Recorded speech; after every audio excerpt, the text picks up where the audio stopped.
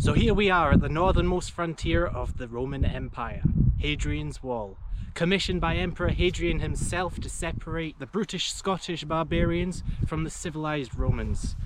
Construction started in 1222 AD and... Oi mate, you aren't supposed to walk on the wall! Oh wow, Morgan Freeman and Kevin Costner. Oh, I'm such a big fan, can I get an autograph please? This is my land and my tree, therefore whatever's in it also belongs to me. Well actually I think it belongs to the National Trust. Ah! Calm down Kevin Costner. Now sir, if you'd be so kind as to give me your name before I run you through. It's Lewis. So I'm guessing that's a no to the autograph then. There are many ways of covering ground. You can be conventional and use 4 wheels. There's nothing wrong with this. You'll have lots of company.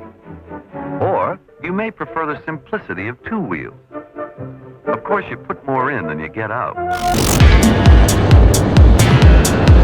But by replacing muscle power with horsepower, you can ride a Honda, conserve your energy, and enjoy the fun, freedom, and economy of 2 wheels. A Honda is easy to ride. 200 miles to the gallon. And a Honda costs less to own than a good set of golf clubs.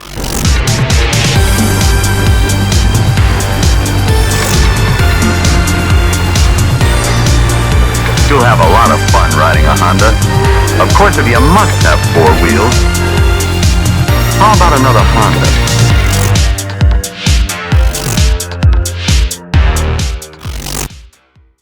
Hello ladies and gentlemen, and welcome back to Barely Moving. If you have not surmised from that amazingly directed intro, we are heading to the known edge of civilization itself, the barrier between barbarity and civility, the final frontier. To boldly go where no man has gone before. No, wait, slipped into Star Trek for a moment there. Yes, we are headed for Hadrian's Wall. Speaking of space, just like the Great Wall of China, Hadrian's Wall can't be seen from space. Houston, we have a problem. But anyway, moving on. We'll be heading up through Newcastle on what's going to be a 50-mile jaunt into history, driving through Northumberland to visit some of the most historic sites in the British Isles. Now, if you didn't know, England for a short time, 400 years, was ruled by the pizza-loving, hand-waving people we all know and love, the Romans, or the Italians. Hey, how you doing? In that time, they built many things from baths and aqueducts to forts and temples, and yes, a really big wall that spanned the breadth of England, Hadrian's Wall. Now, when the Romans finally left, they didn't bother to take it with them. Very rude. So today you can still find these spectacular ruins on your normal commute. I, for instance, on this journey passed 4 forts and a temple on my journey west, but more on that later.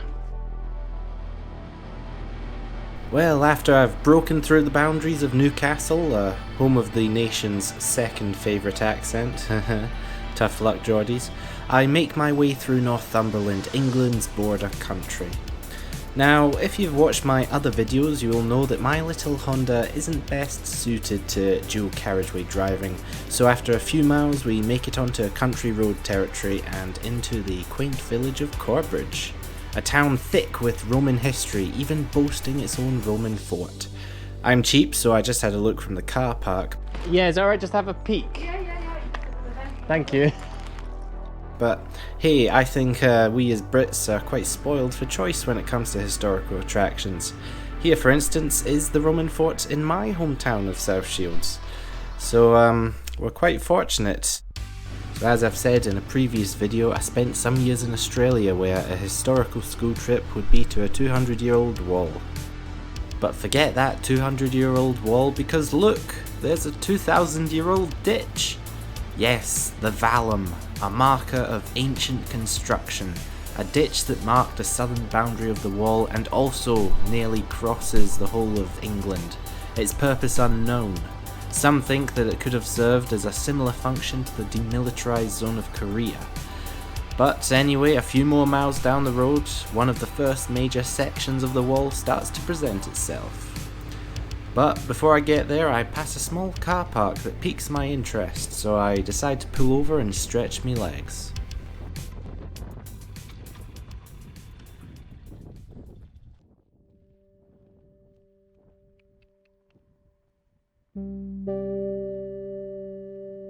Now who would guess that in a corner of some inconspicuous field, that's still being used by the way, you'd find such a historic landmark, and a stuck sheep.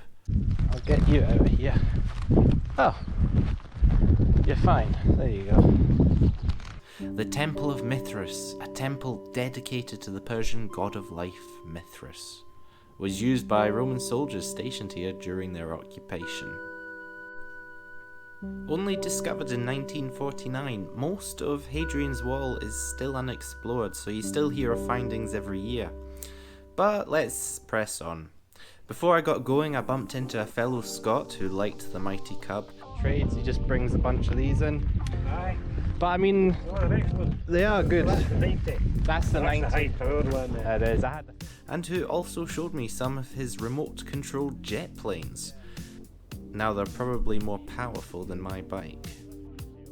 Now with that interesting conversation finished, it was time to go and finish the journey.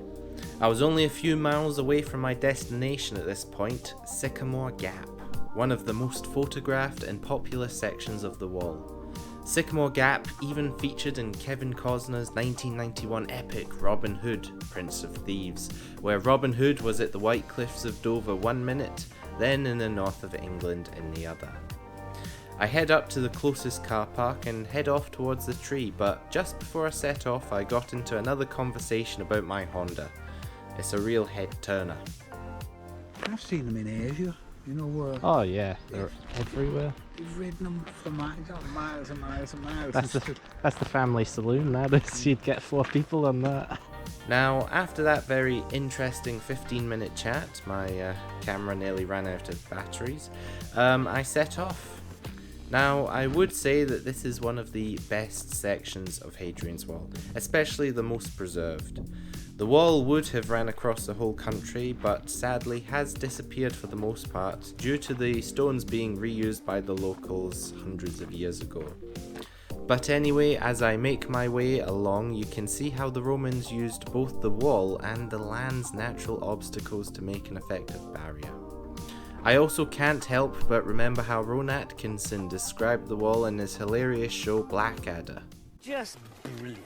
What, O Centurion? We're facing a horde of ginger maniacs with wild goats nesting in their huge orange beards, or to put it another way, the Scots. And how does our inspired leader Hadrian intend to keep out this vast army of lunatics? By building a 3-foot-high wall. A terrifying obstacle, about as frightening as a little rabbit with the word boo painted on its nose. Boo! Yeah, the wall is roughly 3 feet high now, but back in the day it would have been as high as 15 feet. But finally, I've made it to Sycamore Gap. The sun is out, and all that's left to do is walk down the hill and see the mighty sycamore. Then, in good old-fashioned England, the clouds descended, leading me to mimic the mighty Morgan Freeman. Is there no sun in this cursed country? I hope you've enjoyed this journey of mine, and please don't forget to like and subscribe.